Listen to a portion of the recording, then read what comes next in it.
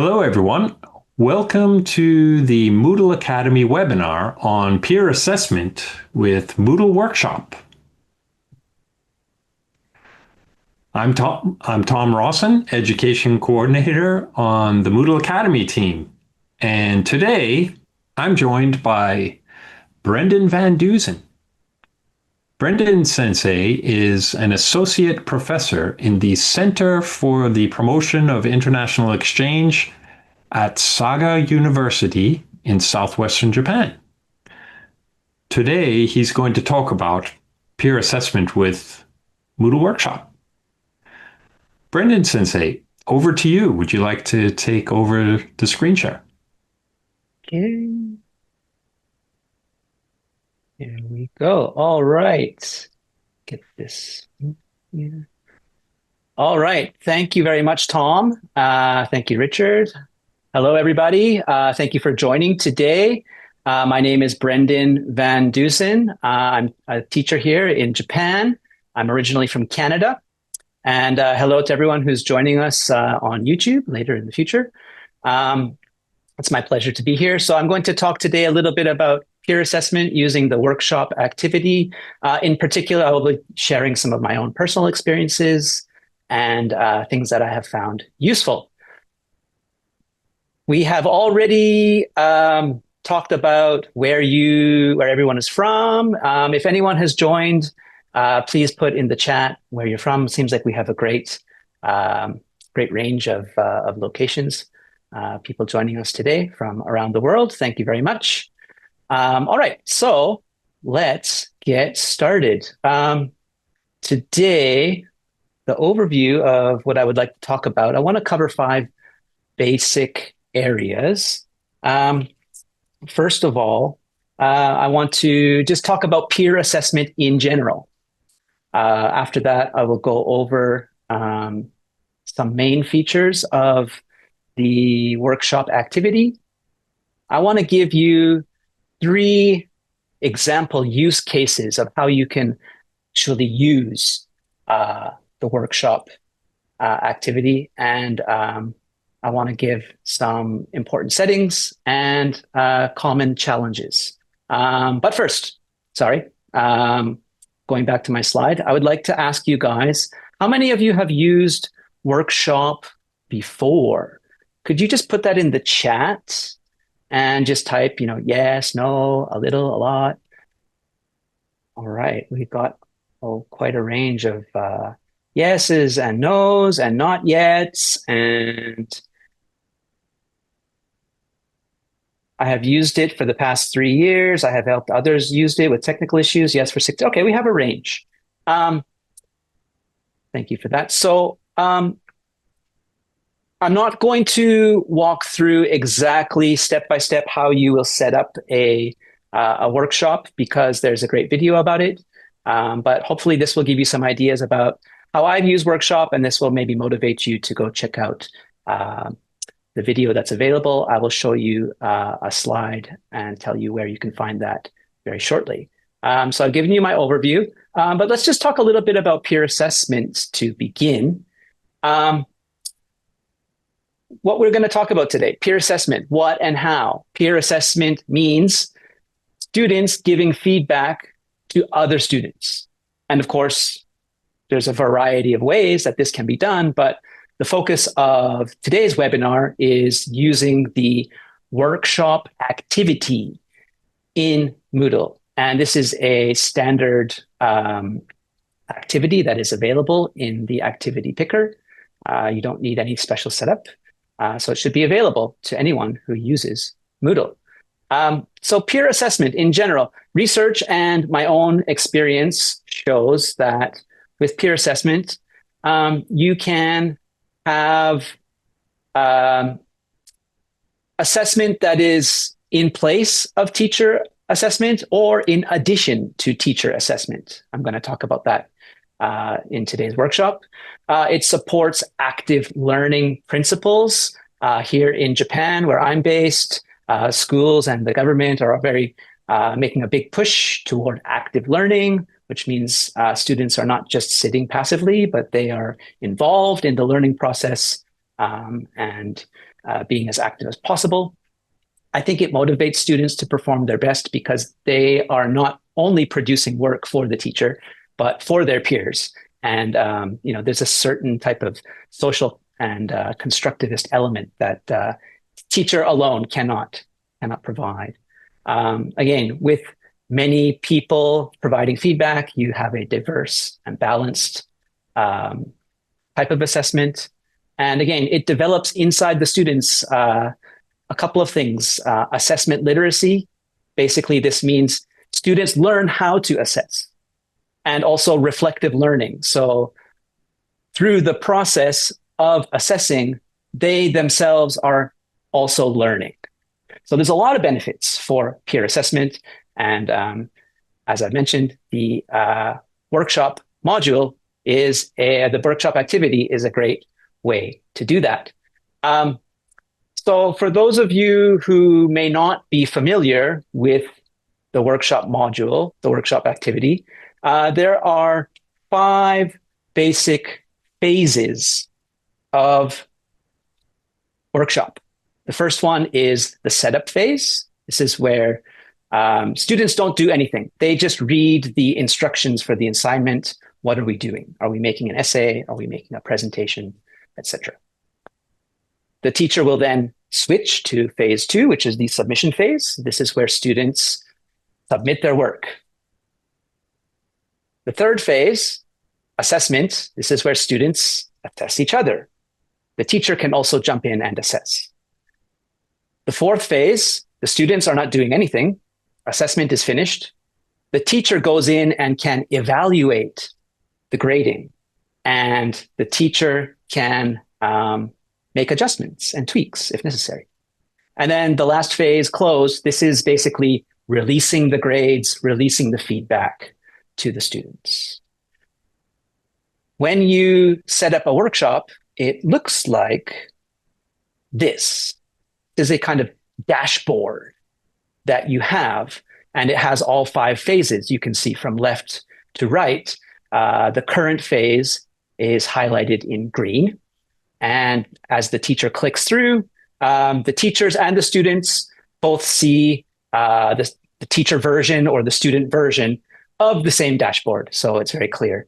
And there's information below the dashboard. In this case, you can see it says description. So this is something that I've never seen in any other Moodle type of activity before. I've never seen it in database or forum.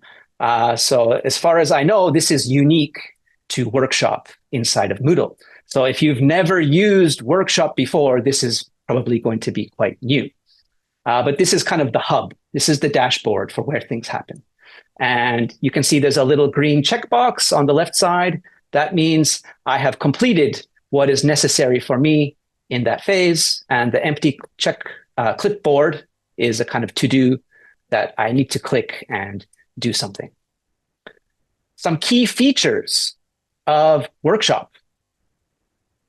Number 1, students actually receive 2 grades.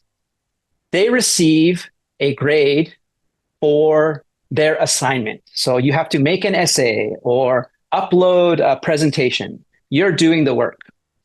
Students receive a grade, and the grade is determined by the assessment of their peers, fellow students. The teacher can also can join in. The second grade they receive is how well they assess other students' submissions. And we're going to talk about that. And the teacher can adjust the ratio of these 2 grades. I will show you in the settings later. The default is 80-20. They can adjust the weighting. So if one student's grade can be weighted more or less, the teacher's grade can be weighted more or less. And grade categories can be adjusted as well in the gradebook. Assessment can also be determined randomly or can be assigned manually. And finally, assessment can also be anonymous or not. Now, having students assess each other might induce some anxiety for the teacher. And so that's natural. One thing I really want to make clear at the beginning, and we're going to talk about today, is that the workshop activity allows teachers to go in and adjust and make changes just in case something unexpected or something else goes wrong. Don't worry, the teacher has the ability to make adjustments. So hopefully that alleviates some anxiety for people. One other key component of workshop, I said that students get a grade for assessing each other. Now, there are actually 4 ways that they can assess. The teacher can choose one. One of them is called accumulative grading. This is basically like a scale from 1 to 10 or 1 to 50 or whatever the teacher decides. The next is a rubric. The third one is called number of errors. And basically, this is a kind of binary, like yes, no type of grading. And yes, no, the words yes, no can actually be edited, I believe. And the last one is comments only. So these are some key features that are important for workshop and that we're going to be, I'm going to be demonstrating, talking about to you today. All right, so looking in the chat again, some people have not ever used workshop before. And so again, hopefully, if you have never used workshop, or maybe you're still a novice workshop user, please don't leave now. But when you have time, please go to the Moodle Docs page and also check out YouTube for Moodle Academy. They have great documentation, especially the video, which is updated for 5.0. Really gives you a step-by-step walkthrough and breakdown of how you go about setting up a workshop. Since the video already exists, I'm not going to try and duplicate their effort. Instead, I want to talk about my experience. And of course, there will be some overlap, but I hope that for everybody, I hope you will check out the video after you watch today's webinar. All right, so I hope we're a little bit clear on some of the benefits of peer assessment and some of the key features of workshop. Let's go to the next section and let's talk about a couple of use cases. How might someone use peer assessment? I want to give you an example of a class that I teach. I teach English as a foreign language here in Japan. And I have a business English class. And a business English class the content could be quite similar to perhaps other people here, even if you don't teach English, but if you have a connection to business or tourism or economics or any kind of professional field, you can imagine students need to think of a new product or think of a new proposal or a new plan of action, right? And you might have 3 stages. In this case, I would like to think about assigning a task to students where they have to think of a brand new product and bring it to market. Okay, you could imagine maybe there are 3 stages.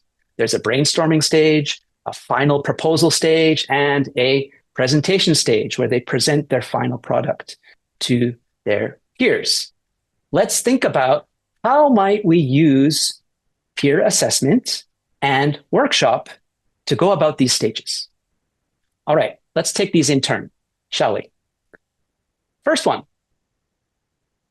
create a brainstorm of initial ideas. What direction are you thinking about?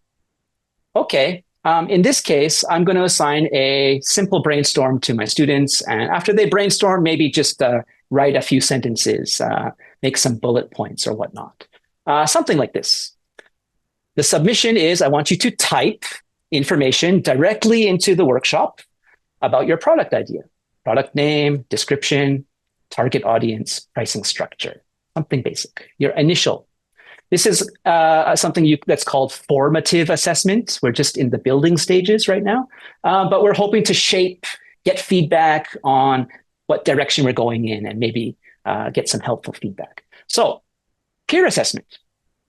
I talked about the 4 types of assessment, right? And in this case, I'm going to use comments. Comments were the 4th type of assessment that I put in my list.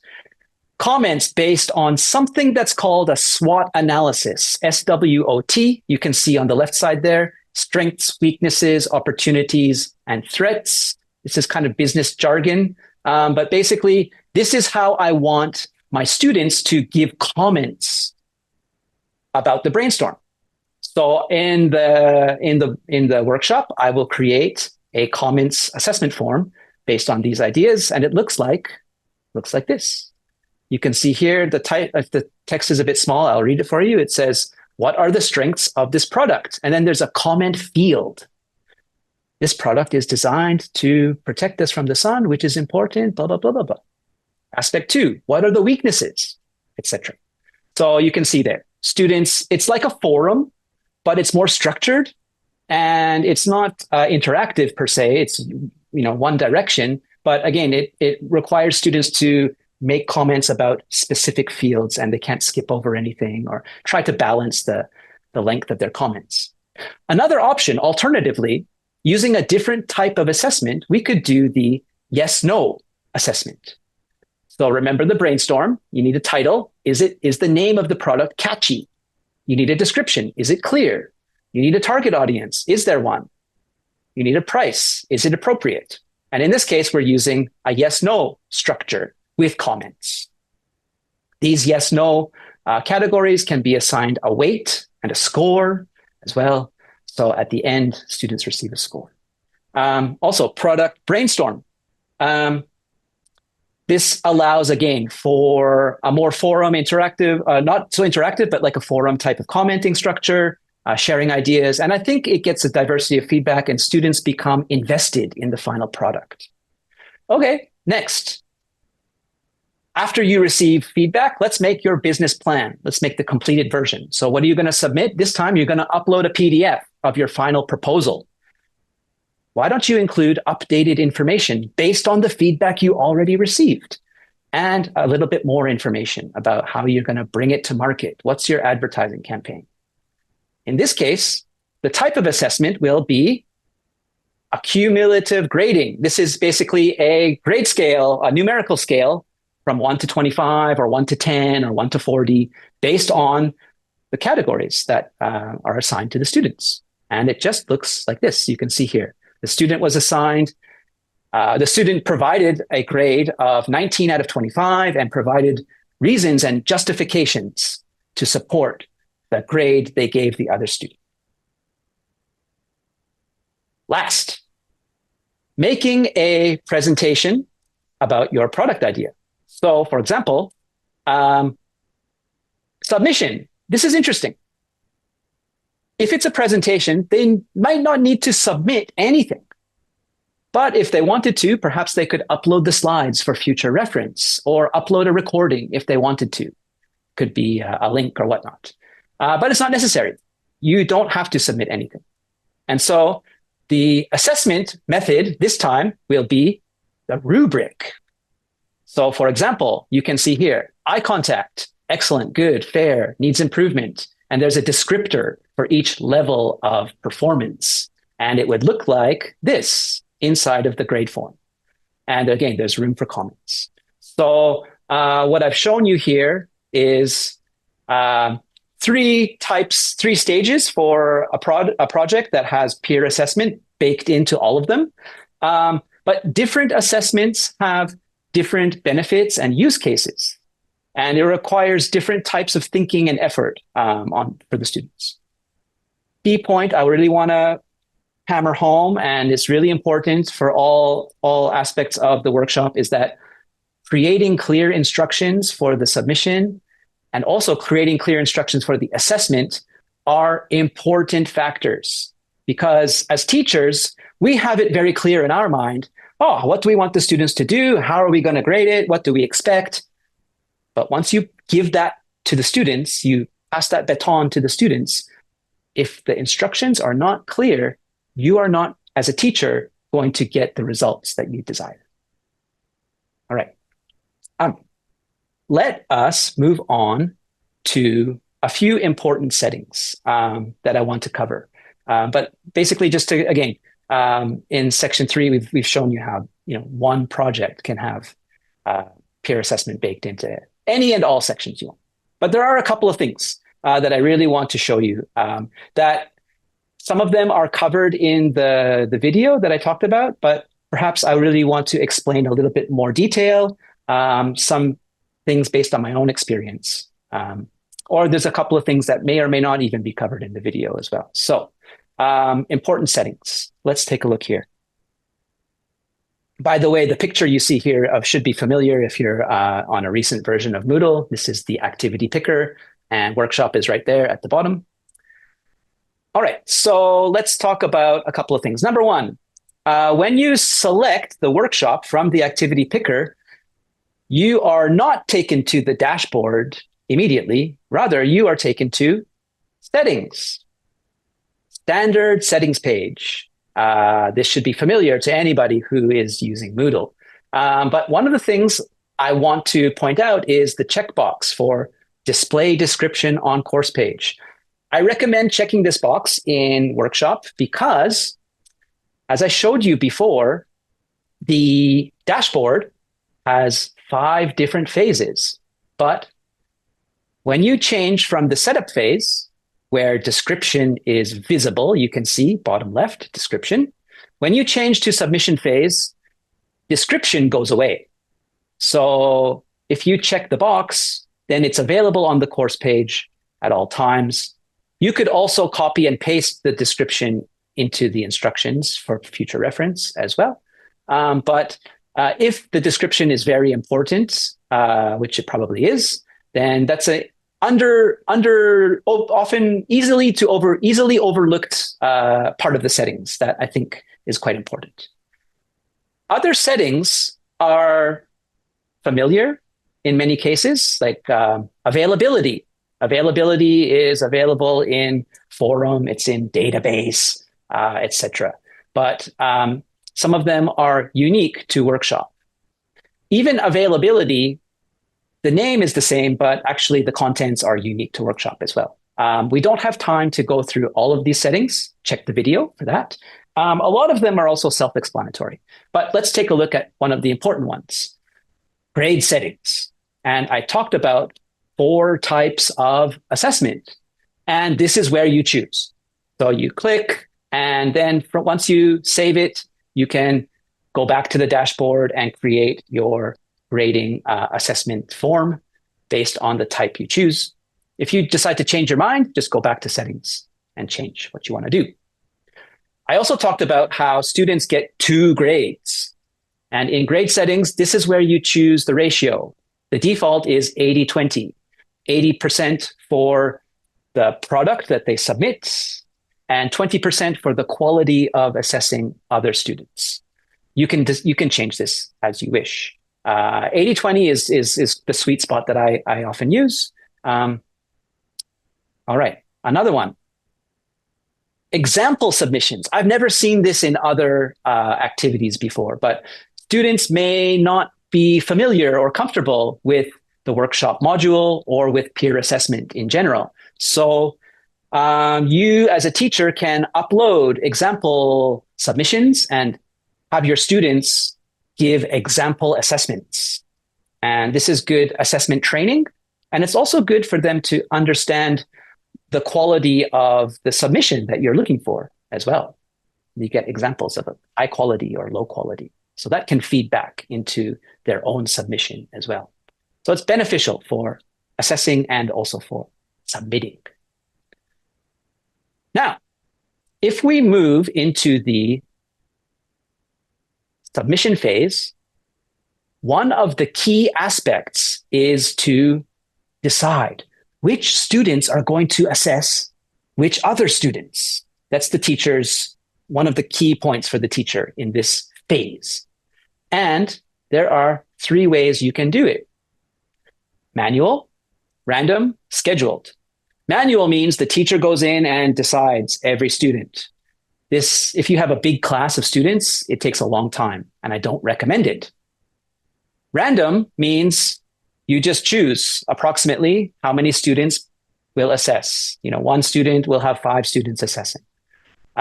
This is good as well, especially with big classes.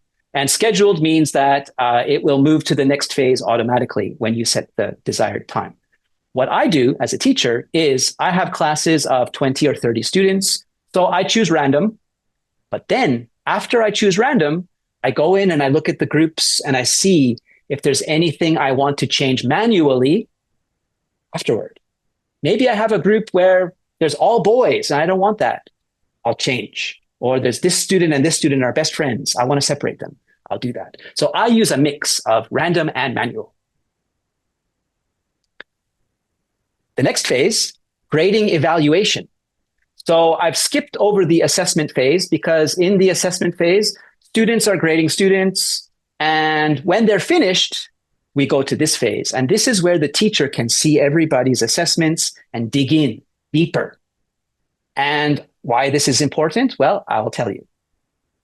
When you look at the students' assessments, it looks like this. So we have a student on the left, we have their submission in the middle column, and then we have these 2 columns with all the lists of scores. If we zoom in a little bit, we can see that we have 6 reviewers, and they have all assigned scores. 80 is the top score because that's my ratio. So a score of 78 or 80 is a very good score, almost perfect, basically. And all the scores in this column are averaged to equal 75 points. Every score is equal. The average is 75. Now, you can see, though, there's another group of scores in brackets. 20, 20, 20, 20, 19, 15. This is the other 20%. This is the second grade. And it is given to the reviewer based on the quality of their review. How is the quality determined? Well, you can see that the majority of students gave a score in the range of 78 to 80. So they're kind of the dominant group. And we have one outlier at the bottom. So the workshop module has deemed that the quality of this student's review is lesser. And so they've received 15 out of 20. Now, remember, the teacher has control.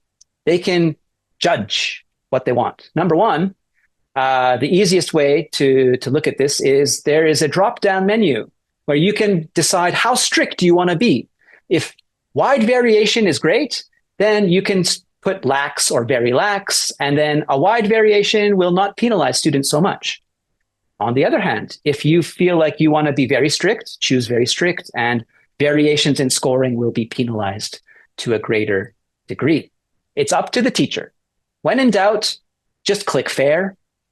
You can run and recalculate as much as you want because the grades have not been released yet. That's the next phase. All right, now let's go back to our example. You remember we had the one outlier student, right? Now, what if you think that this student's assessment is too extreme, too harsh? You as a teacher can click and you can make adjustments. If you click and scroll down, you get something called assessment weight. Right now it's 1, equal to all the other students. Everyone is 1. But if you think this assessment is dragging down the score of the average score and it's not fair, you can change 1 to 0.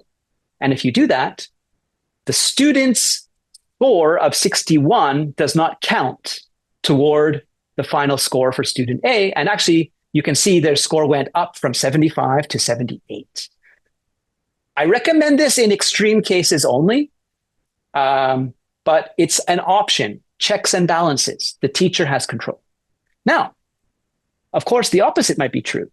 What if 61, reviewer 6, is the only student who was really careful and checked the guidelines carefully, and the other students, they didn't spend any time and they just clicked randomly, or maybe they're all friends or whatever. You feel like the assessment was not genuine. You can do the opposite. You can go in and click, and then you can give everyone a weight of 0. And then you can see now the score has dropped down to be 61. Again, the teacher has control.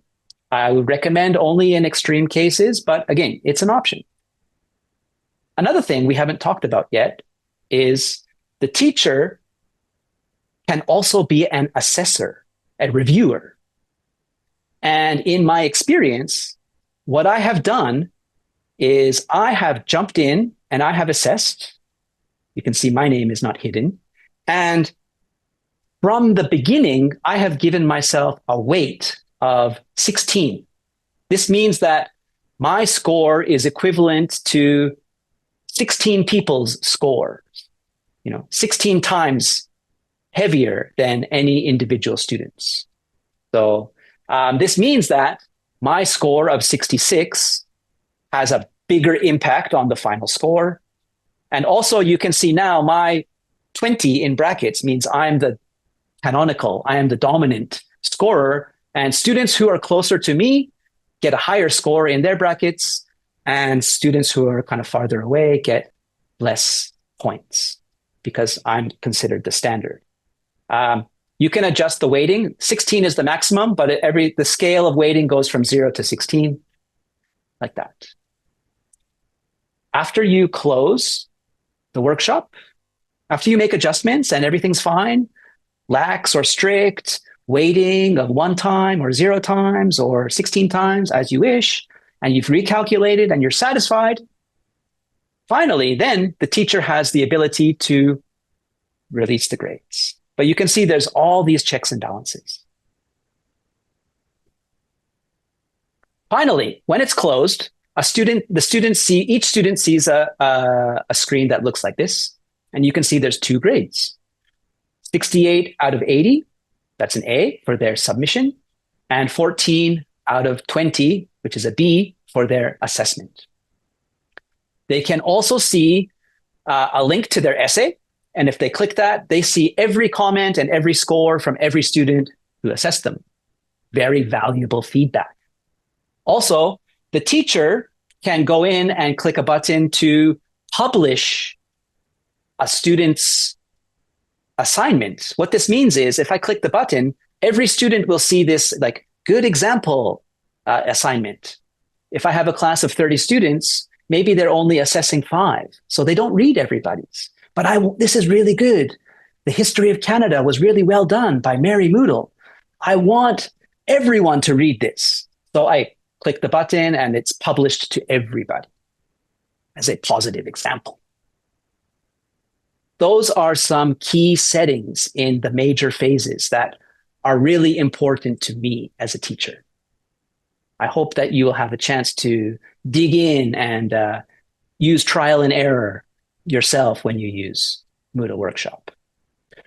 The last stage I want to cover, and we have a few minutes before question and answer time, are some common challenges that I and other teachers I know have experienced when doing peer assessment in general and with the workshop module.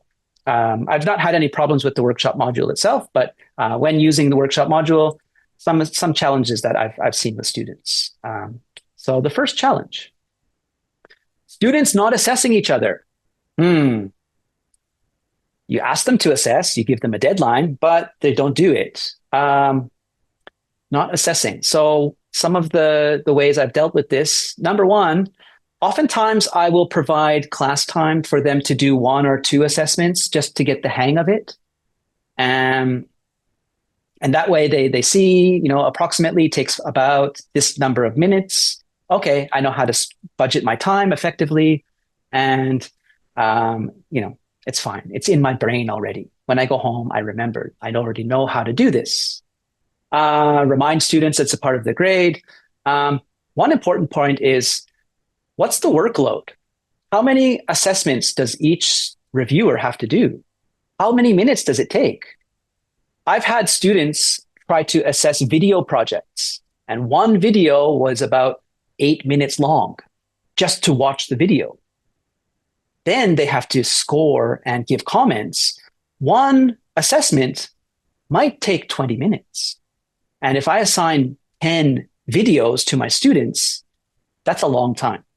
And if I give them only 1 week to do the assessments, you can see, okay, that's maybe one reason why they're not assessing as much as I expected them to do that.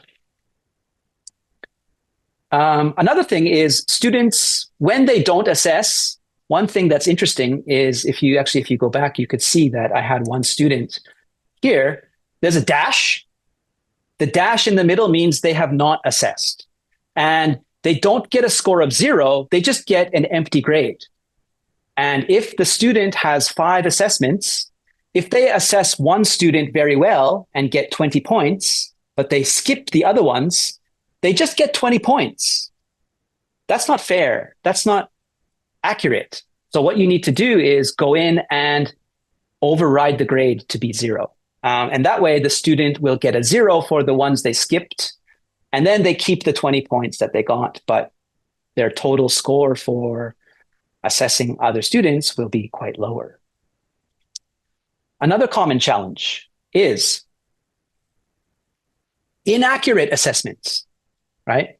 Everyone's giving such high scores, but I don't think that's merited or justified. Are the assignment instructions clear? Are the assessment guidelines clear? Have you practiced with example submissions to see? Of course, if you've done all that and still maybe it's not everybody, but there's 1 or 2 students, then you can, again, override the grade or you can reduce the weight. But go back to the initial setup stage. And again, remember, as teachers, of course, it's so clear to us. The trouble is getting a class of 30 students or 50 students or a dozen students to understand exactly what you expect them to do. So really, really, really need to make it crystal clear and double check with your students. Get them to show you that they understand, not just to nod their head and say, I got it. Again, the quality of the comments and the feedback. If you scaffold how to give constructive feedback. Oftentimes what we did something called the feedback sandwich, where you have one comment that is positive. This was really well done. One comment about how to improve. And then another comment that leaves off on a positive note about something else that was really interesting or really positive. And everybody has been taught this format, so they expect it as well. And again, don't allow generic or meaningless feedback. Again, the kind of copy paste, right? Wow, that's great. Wow, amazing. That type of, one sentence copy paste. I would, from the beginning, I would say that telling them that alone is not acceptable. Even as a positive comment, like, that's really great. What's really great? Was it the images? Was it the use of metaphor? Was it the slide design? Was it the clear speaking? Make it as concrete and meaningful as possible. The last one, social pressure. Yes, we are in a classroom with other human beings, and human relations, whatever country you're in, it exists, and there's peer pressure and social pressure. I'm giving a score to my friend, or I'm giving a score to this other person, and I have to see them every day. What if the score is low? Well, one option is to anonymize the reviewers, also to anonymize the submissions. How you do that? Well, you can go into the video and you can double check the video, how I did it, but you have to go to permissions. Another thing too, though, is stress the importance of giving and receiving constructive feedback is a valuable life skill. And when you're a grown-up in the real world, how to do it is an important skill. And of course, with different cultures have different approaches to how they give feedback. In some cultures, where I am in Japan, communication is not always very direct. It can be very indirect. But to stress the fact that the reason to give feedback is to help the person improve. And we don't only give feedback about what was not great, but we also do give feedback to show what we liked and what we thought was successful. So hopefully, teaching that as a life skill is perhaps maybe one of the most important things that students learn through peer assessment, and that it's okay to point out something honestly, and that it's okay to get honest feedback. You will survive. The sun will come up tomorrow, and actually, you can actually perform better. You can do a better job thanks to your peers. All right. And with that, we are at the 45-minute mark of the hour. I will say thank you all for listening. Just scratching the surface of workshop is really amazing activity, but I will now open the floor to questions. Thank you very much. Yeah, thank you, Brendan. If anybody has questions, you can raise your hand and turn on your microphone. While we're waiting for other participants to ask a question, I see one very good question in the chat, Brendan. Yes. It's from Sergius. I don't know if I'm pronouncing your name correctly. I apologize if not.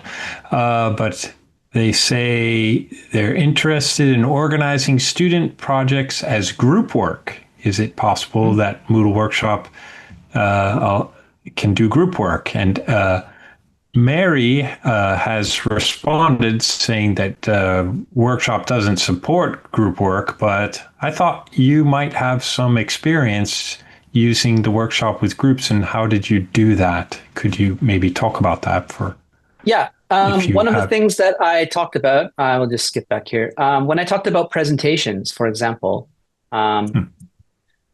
we had group presentations. And all you do is you create in the assessment form, like you have a rubric, some categories are, in the example of a group presentation, some categories are group specific, like slide design or even teamwork.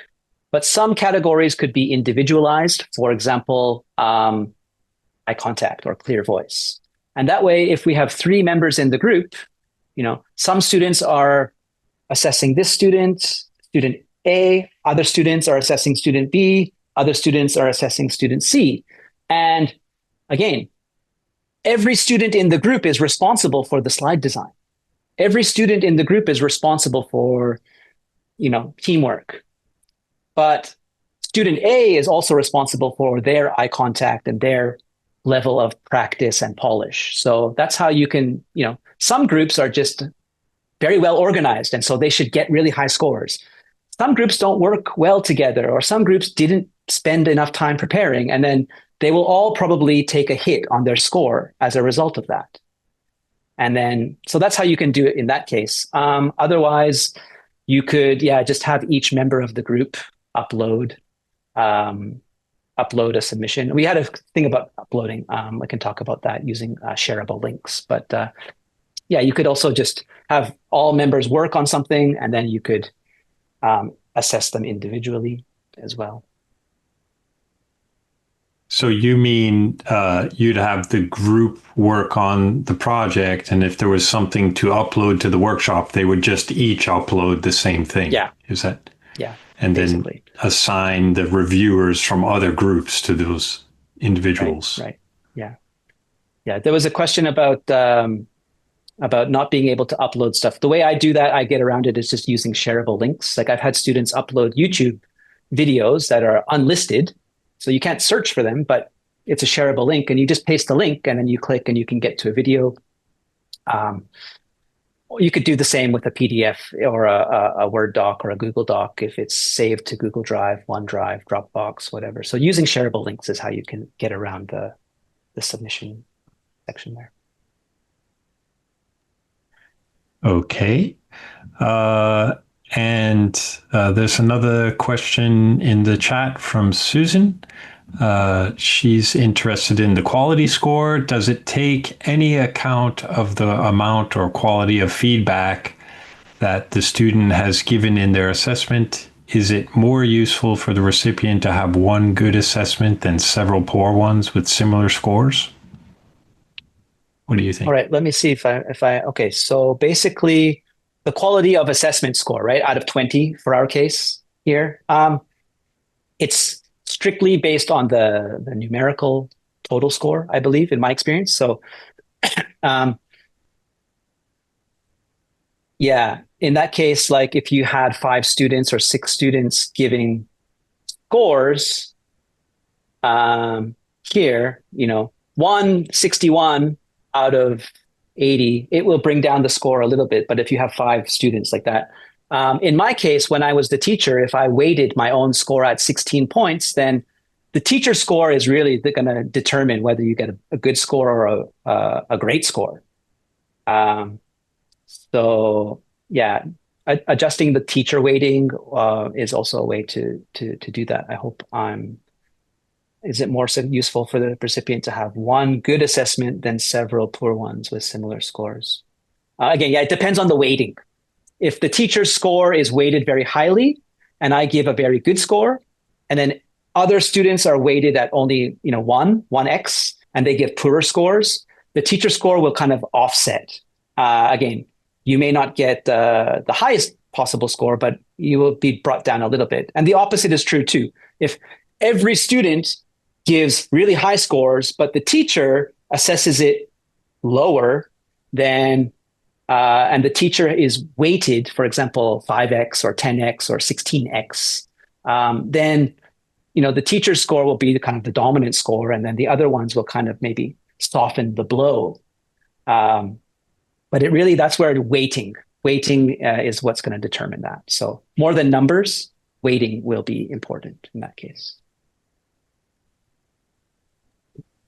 I hope I answered your question.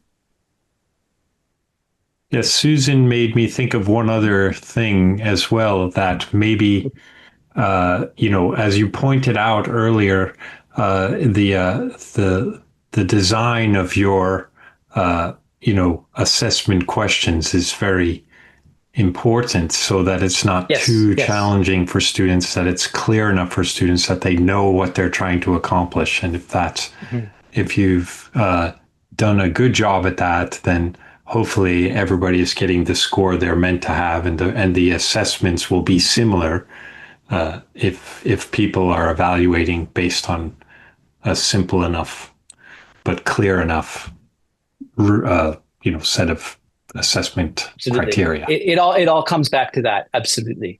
Again, what does the teacher expect, and do the students know what the teacher expects? Yeah, thank you for that question, Susan. Anyone else with questions?